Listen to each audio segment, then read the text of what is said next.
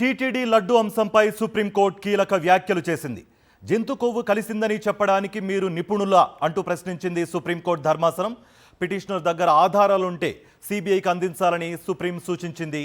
ఏమైనా చెప్పదలుచుకుంటే సిబిఐకి మెటీరియల్ ఇవ్వాలని చెప్పింది సుప్రీంకోర్టు. తిరుమల లడ్డూపై పిటిషన్ను తోసిపుచ్చింది సుప్రీంకోర్టు ధర్మాసనం. టీటీడీ లడ్డు అంశంపై సుప్రీంకోర్టు కీలక వ్యాఖ్యలు చేసింది. జంతు కొవ్వు కలిసిందని చెప్పడానికి మీరు నిపుణులా అంటూ ప్రశ్నించింది సుప్రీంకోర్టు ధర్మాసనం. పిటిషనర్ దగ్గర ఆధారాలుంటే సిబిఐకి అందించాలని సుప్రీం సూచించింది. ఇదే అంశానికి సంబంధించి మరింత సమాచారం మా ప్రతినిధి వెంకటేష్ అందిస్తారు. వెంకటేష్, సుప్రీంకోర్టు వ్యాఖ్యలను ఏ విధంగా చూడాలి? మీ దగ్గర ఎటువంటి సమాచారం ఉంది?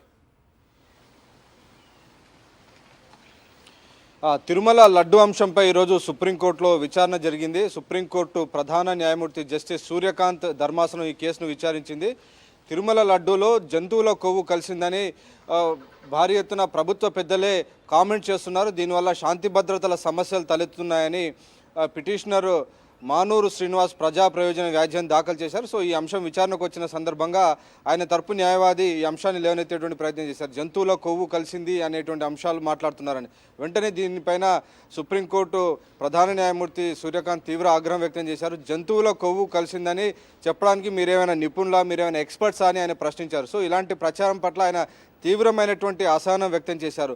యానిమల్ ఫ్యాట్ కలిసిందని, టాయిలెట్ క్లీనర్ కలిసిందని ఇలాంటి కామెంట్స్ పైన తీవ్రమైనటువంటి అసహనం వ్యక్తం చేసింది సుప్రీంకోర్టు. ఇవన్నీ చెప్పడానికి మీరేమైనా ఎక్స్పర్ట్సా అని ప్రశ్నించినటువంటి పరిస్థితి. ఏవైనా మెటీరియల్ కనుక ఉంటే ఇప్పటికే తాము సిబిఐకి ఈ కేసును అప్పగించాం, సిబిఐ దీనిపైన దర్యాప్తు జరుపుతుంది, మీ దగ్గర ఏమైనా మెటీరియల్కి సంబంధించి డెఫినెట్గా మీరు సిబిఐని సంప్రదించండి, సిబిఐకి ఆ మెటీరియల్ అందించాలని ఈరోజు పిటిషనర్కు సూచించినటువంటి పరిస్థితి. సో మొత్తానికి ఈ అంశంపైన సుప్రీంకోర్టు ప్రధాన న్యాయమూర్తి చీఫ్ జస్టిస్ సూర్యకాంత్ చేసినటువంటి వ్యాఖ్యలు ఇప్పుడు చాలా చర్చనీయాంశంగా మారినటువంటి పరిస్థితి.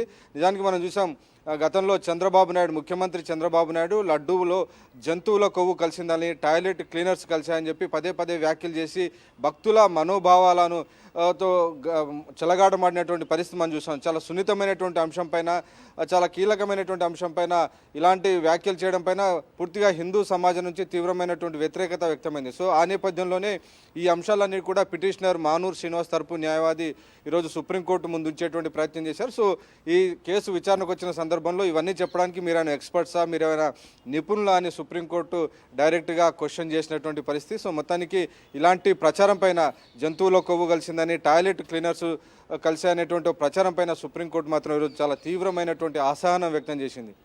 Right Venkatesh, thank you.